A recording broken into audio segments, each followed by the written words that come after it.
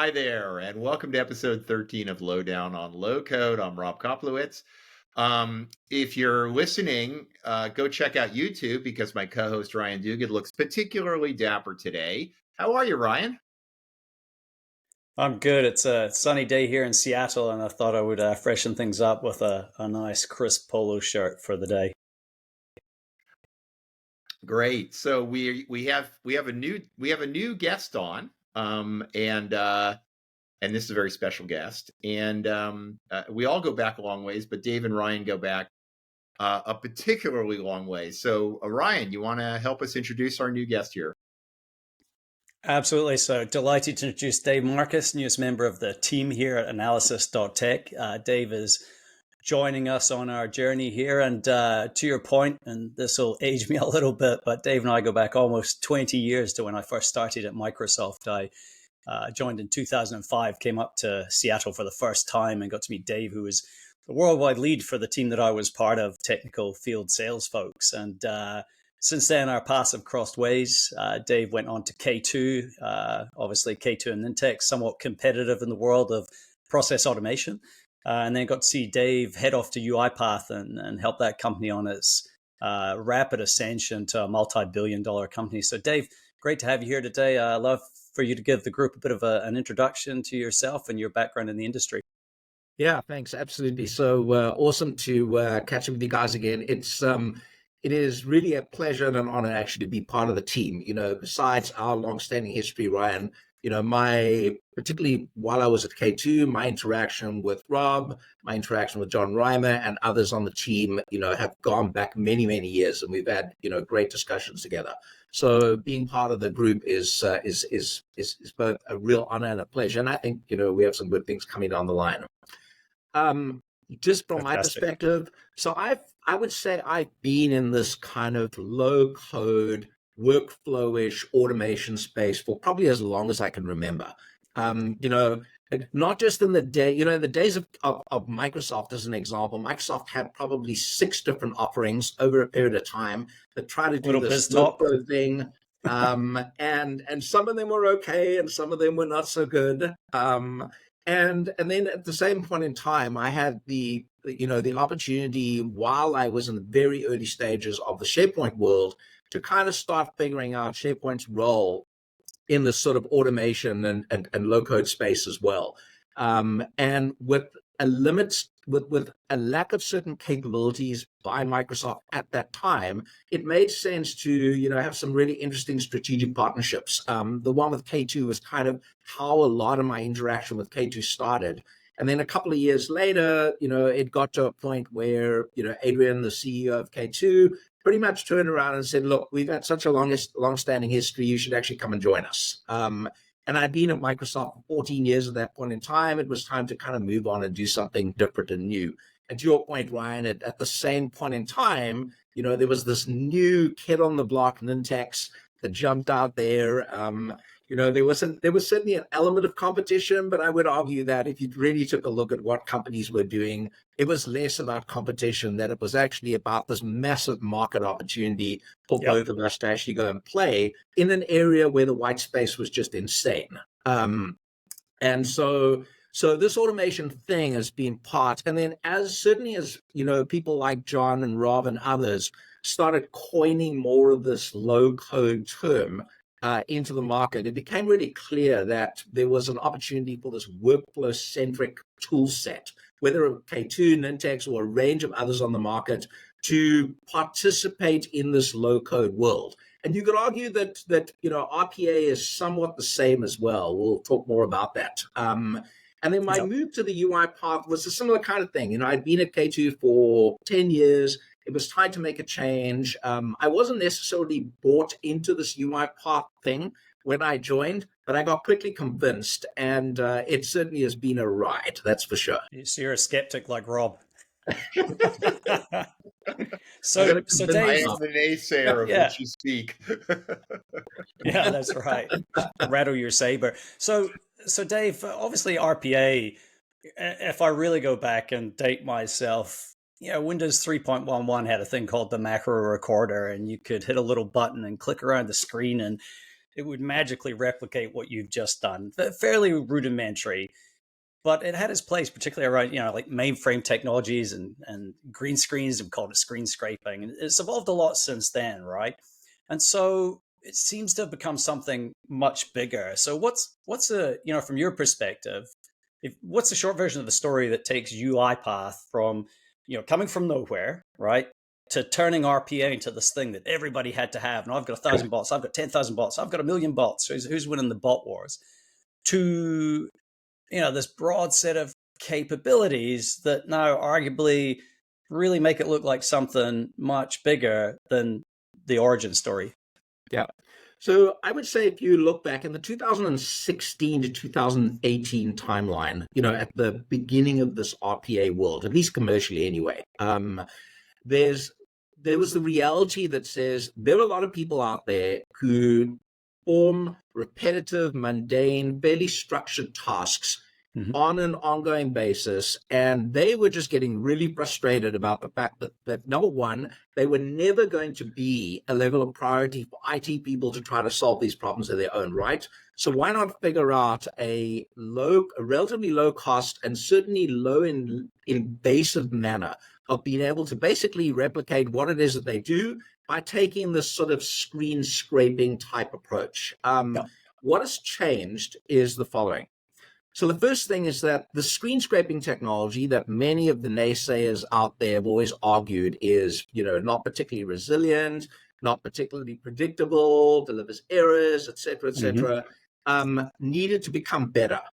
And machine learning and computer vision based approaches to doing these screen scraping activities and having context for what it is. So instead of just looking at a screen, I actually know what is on the screen, why it's on the screen, what users are trying to do with it, and the type of context of the application I'm working with. That changes everything when you do it in an intelligent way. And so you'll find that right now, not just UiPath, but the vast majority of the mainstream RPA players in the market have kind of evolved their screen scraping technology from something very basic to something much, much more comprehensive, driven based upon these very rich machine learning and artificial intelligence technologies. Nothing at that point in time to do with Gen AI or large language machines. This is more traditional machine learning capabilities that over time has evolved.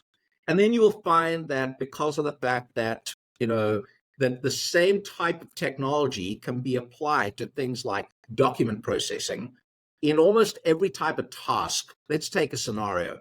I am utilizing a UiPath RPA bot to automate invoice ingestion, three-way matching, and updating my ERP system.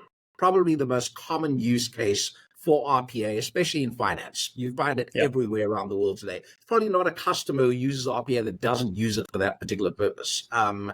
When you're trying to do that, you just need, the first thing you realize is that, hey, invoices are documents. And I need a way of being able to process those documents. And I don't want to have to go and invest in a separate enterprise content management or extraction technology to solve that problem. And so why shouldn't I use my RPA technology to solve that particular problem, even though the domain for the problem is now more of an intelligent document processing problem than a traditional task automation problem?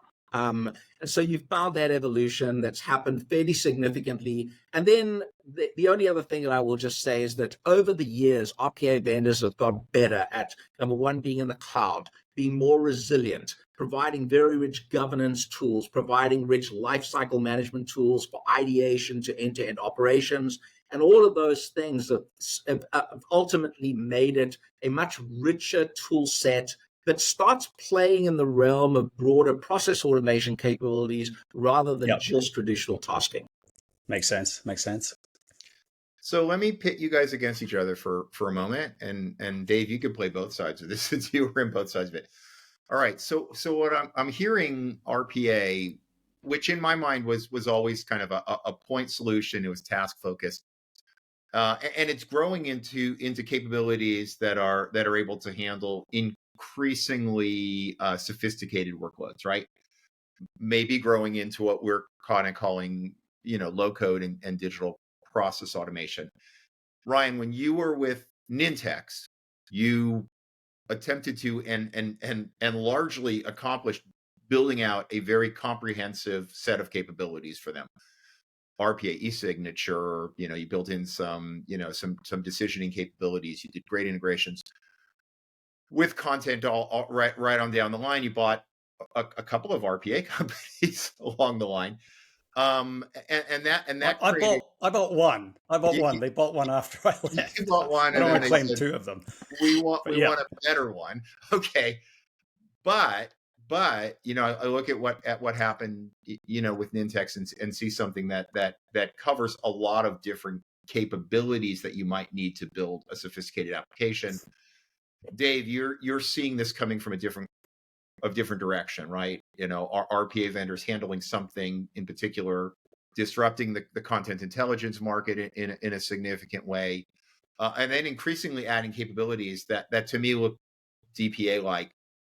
Are these guys on a collision? Are these two approaches on a collision course?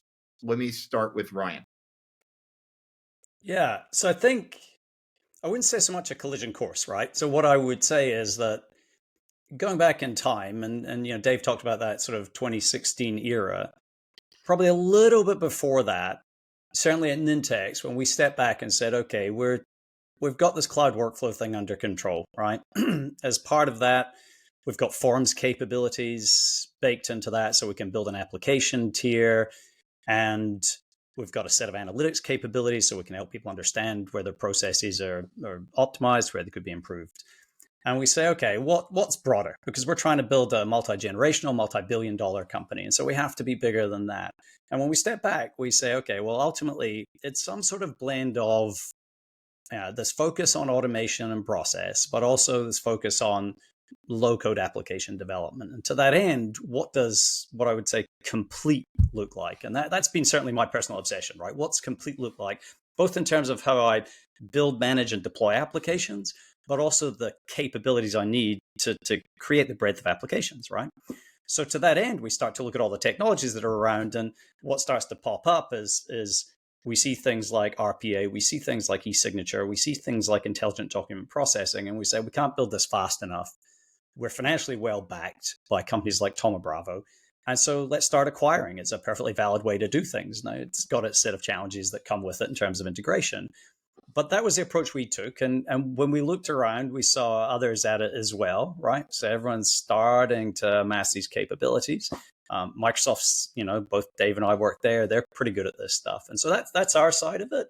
And so I don't think it's so much a collision course as just this realization of what the market really needs. But Dave, it'd be great to hear your take on it from both, K2 when you were there watching what we were doing, evolving at Nintex, but also like UiPath's clearly probably not looking at Nintex as a competitor, but you were having that same sort of mindset of we need to be something more and bigger, right?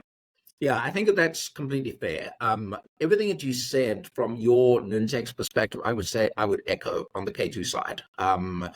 It's on the UiPath side, there is no doubt that the aspirations of, I'm going to call them pure play RPA players, UiPath, Automation Anywhere, Blue Prism, and a handful of others, isn't just to be in this screen scraping based task automation world.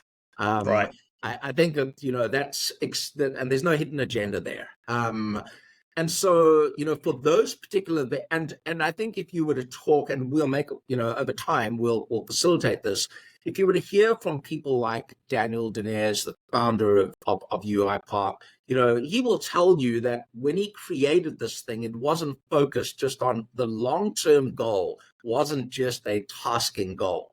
The long-term goal was something bigger. And over time, you will find that each one of these vendors in the RPA space have gone and added, rich API-based integration to their UI-based work. They've added forms and UI-based creation and design tools. They've put their robots in the cloud so that now they can run significantly quicker and more efficiently, and, in a similar kind of way to what you would expect out of a traditional workflow runtime-based experience. And in addition to that, they've added a whole range of rich management, governance, and lifecycle capabilities to the product as well. And it's only the beginning. It's, where this will evolve to is certainly a point that says at some point in time, the aspirations of these particular RPA players is that if you were a large company looking to actually facilitate the automation of a complex business critical process, that you should be able to go to a player like a UiPath and Automation Anywhere and others and have an opportunity of being able to have them offer a solution to you based upon a comprehensive approach. So that certainly is the goal, the vision. It's not all there yet, but there's a very strong roadmap to make that happen. So guys, how should our audience be thinking about this, right? So, I think just buy them all. I was going to Rob, I was going to throw the question back to you as the ex-analyst, right? Like what are, so on the one hand, there's pure play specialist vendors, right? So someone might argue, I just do RPA. UiPath's got distracted, Nintex got distracted. I do workflow, I do RPA. We've got the best ever. Then there's this broad platform play, right?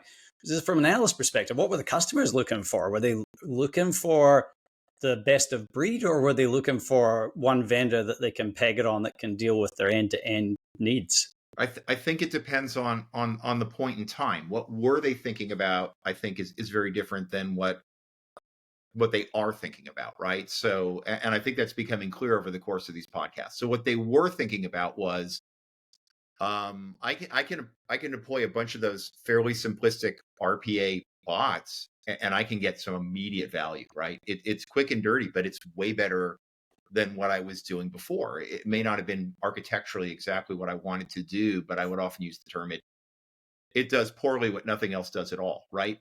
It solved a problem, and it solved a significant problem, similar to to the what we would call the DPA wide workflow programs, products that were out there.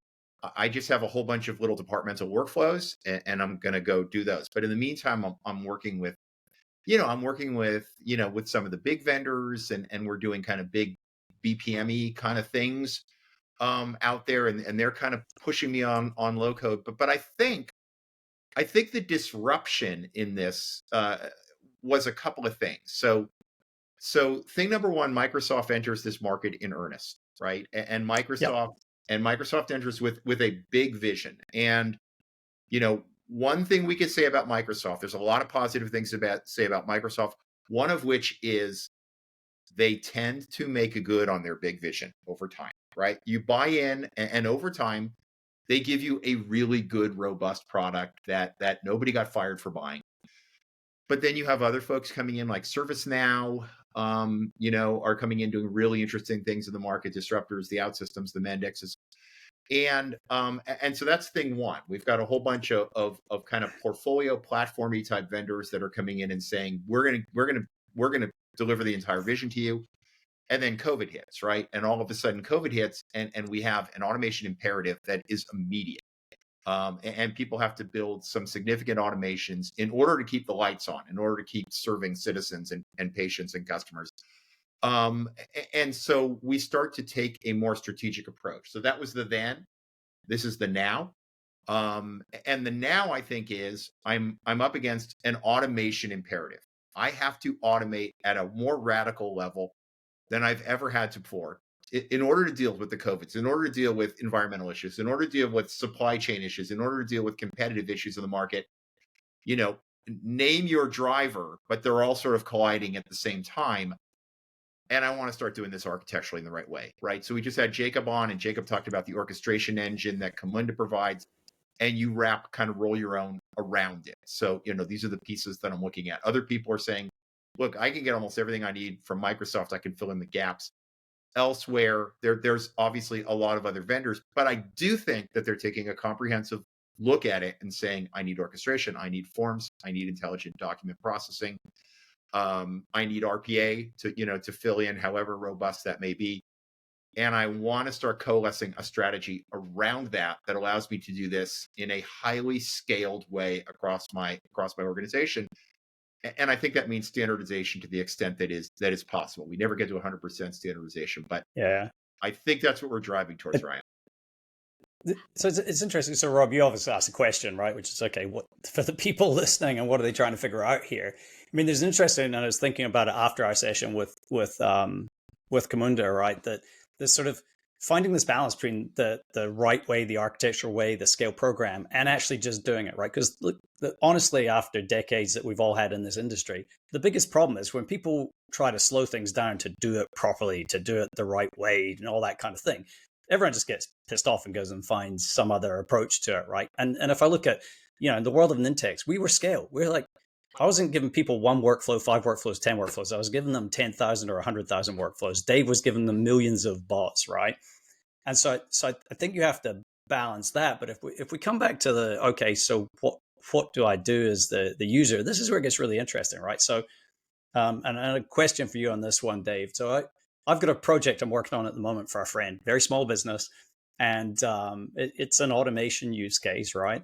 And I've been using, because of my background, what I would call a proper workflow, right? So I'm using a cloud workflow tool to do this. It's interacting with Google Sheets. It's interacting with web-based applications. There's some APIs, but they're a little kludgy. And I spent a couple of days on it, broke the back of the problem pretty much. And then I start bumping into Google API limits, which is a whole nother conversation, given I'm not really hitting this thing that hard. And I step back and I can't help thinking, wow, would this have been easier if I'd have just used RPA and just clicked around the screen doing things?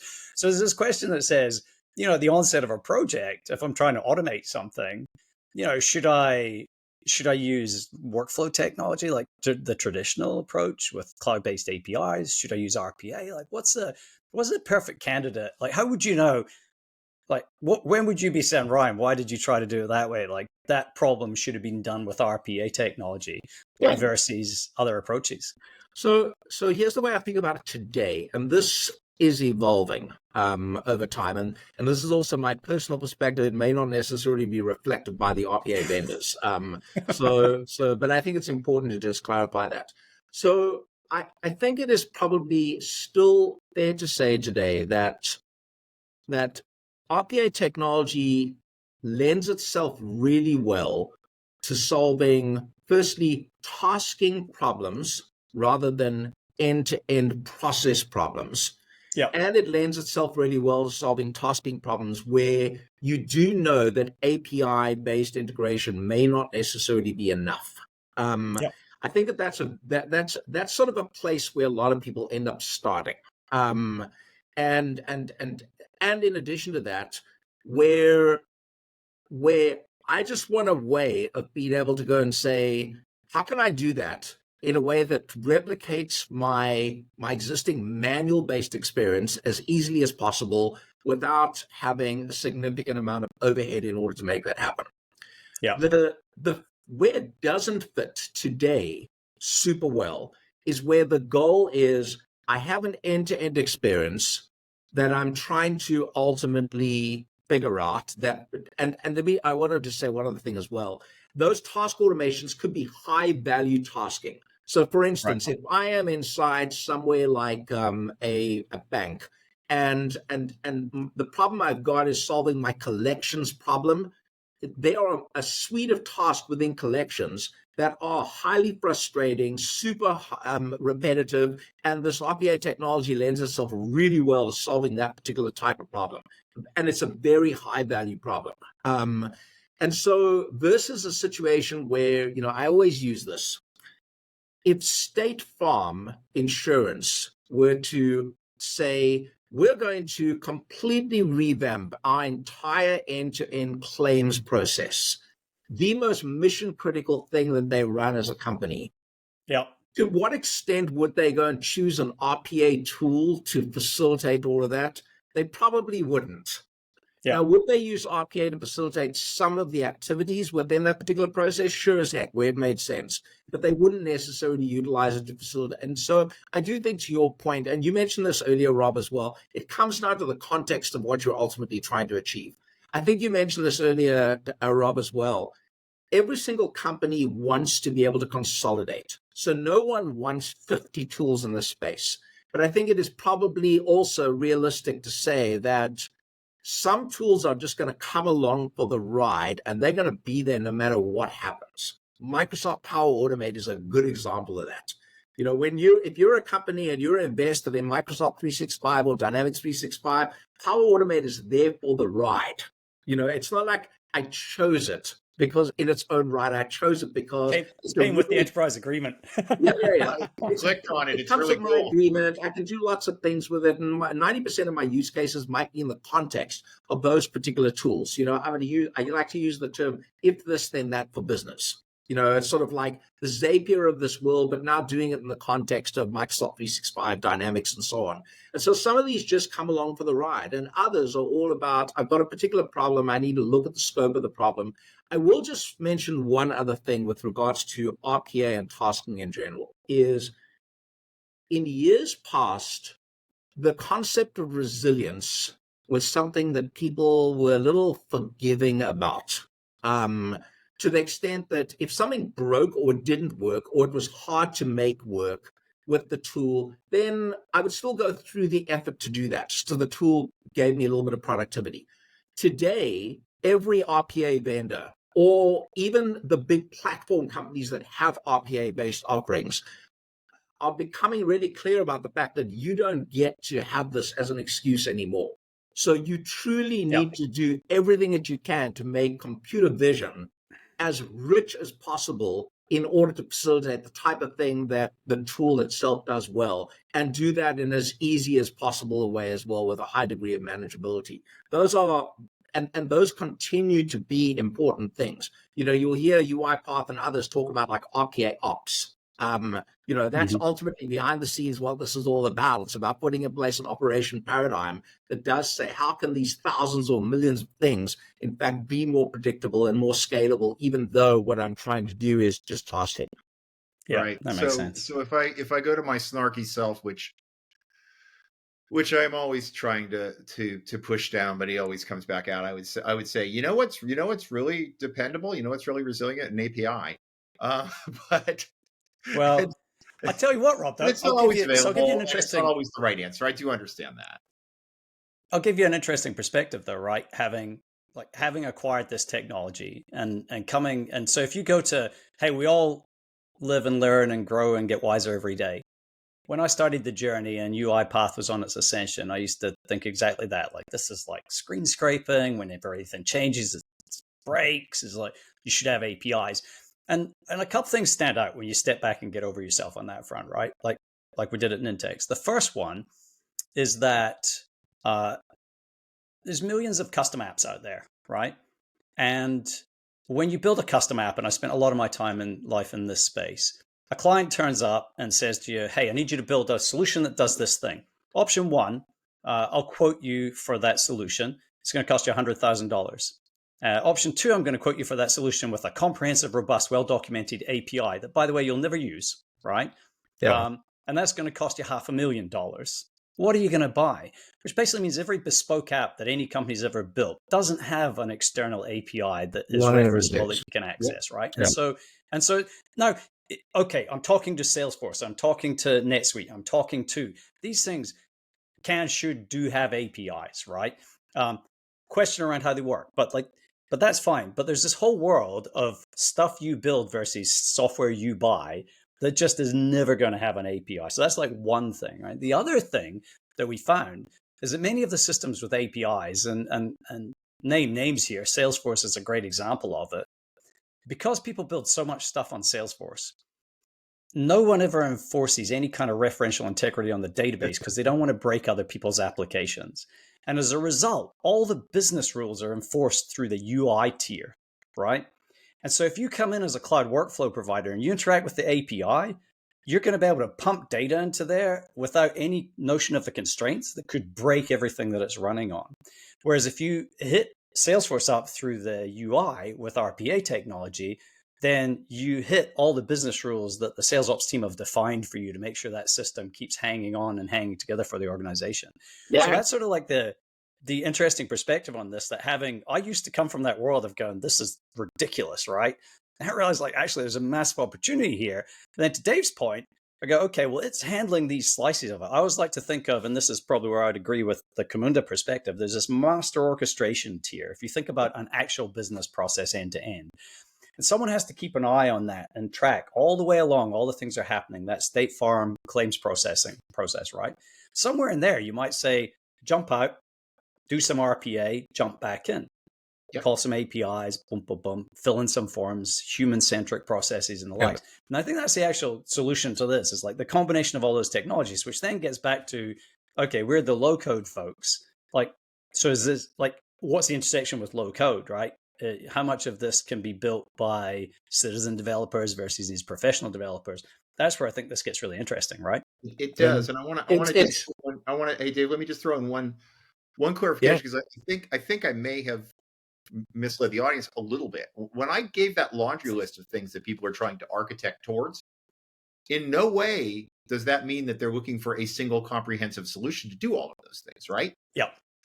More often than not, it's I've made an investment in UiPath. I've made an investment in decisions to build, these really complex decision tables. I made it, an investment in Abby, and I need to knit these things together into a comprehensive architecture, not necessarily from a comprehensive solution. So I'm sorry, Dave, I cut you off.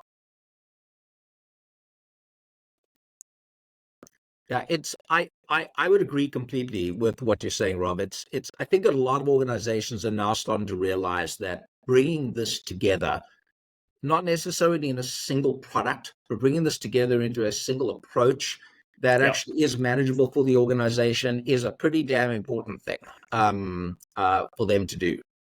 Yeah, I think you get the approach right, and then you step back and say, okay, what are my choice of tools? Dave, to your point, I've got some Microsoft technology in here. Can that fit some part of this approach, right? I've got these other options. So probably, to wrap things up as we're want to do around the AI agenda right now, Dave, you've talked a bit about AI and RPA, and you talk about the fact that a lot of this focus on dealing with the resiliency problems with computer vision technology, which then starts to take us into a world of understanding unstructured content, semantic analysis of documents and the likes. That's one part of it. At the same time, we're in this world of generative AI and the large language models. So where do you see all this going? I know you've been out of UiPath for a little bit now, but where do you see all of this technology heading as we start to hit this collision course with generative AI? How's that being applied to RPA type technologies and to solving this broader sort of architectural conundrum? Yeah. So, I mean, while I've been out for, a little over a year, I think it's fair enough to say that I've been fortunate enough to kind of be able to watch this Gen AI approach, not just for UiPath, but for other vendors in the space as well. And what they've been doing. And I think that it is astounding. If I look at the innovation that's happened, not just with UiPath, but with so many different players in the last 12 to 15 months in this Gen AI and large language model space, it is actually pretty damn mind-blowing. For someone like an RPA player, it kind of fits into a couple of different areas. The first one is underlying large language models as either the vehicle to facilitate certain things that an RPA vendor needs to do, aka a large language model that does really, really well at processing documents or processing communications. And UiPath, for instance, just announced their own LLMs to do exactly that about a couple of weeks ago. So you will see that, and that becomes some of the foundational capabilities within those particular offerings. The second thing that you will see is Gen AI applied kind of everywhere. Gen AI for the developer, make it really easy for someone to go in and say, instead of me getting into a design tool and having to string blocks and lines together, I just want to be able to go and say in a prompt, I'm looking to create a process that does the following things, that interacts with the following three systems, and here's the type of data that I'm working with, and it automatically builds it out for me. Now, maybe it only builds out a framework, but that's fine because it still takes away a significant amount of the upfront effort that I'd otherwise have to go through. You then see these Gen AI technologies applied to sort of analysts and analytics. And this typically comes down, or you see this most commonly in sort of discovery technologies. Task mining, process mining, we'll talk about that as a completely separate topic on a totally different podcast because it deserves that recognition. And then the third one is sort of process is Gen AI and LLMs as it applies to end users. What are end users trying to actually do? How are they going to interact with these automations? Do they even want to know these automations are there? They're probably a really definitive tool that, and this is not a punt for UiPath because it's freely available to anyone today, but I encourage everyone to just go and download a tool like UiPath's Clipboard AI.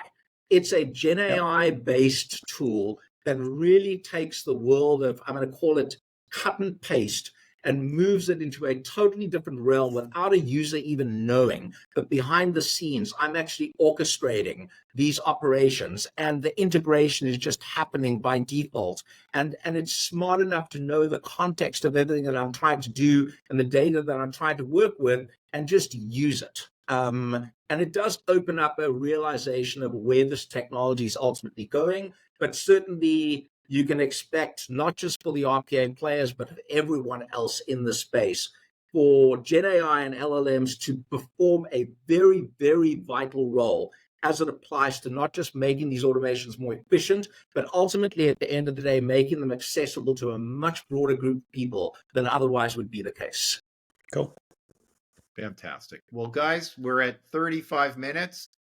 That's pretty good. We're getting better, Ryan. Keeping it tight. We're keeping it tight. So, again, we kind of starting. This is a special episode because we're so excited and delighted to have Dave Marcus on board with us at analysis.tech. You can find his bio up on analysis.tech. You could reach out to him here. He's Dave at analysis.tech. Very, very easy to get a hold of him. Thank you, Dave, for being a guest and for being a new colleague here. And as always, thank you, Ryan, and thanks to the audience for spending another half an hour of your time with us. We're constantly flabbergasted that they're willing to do that and flattered. So thank you, everybody. Thanks all. Looking forward to being on the ride. It'll be fun.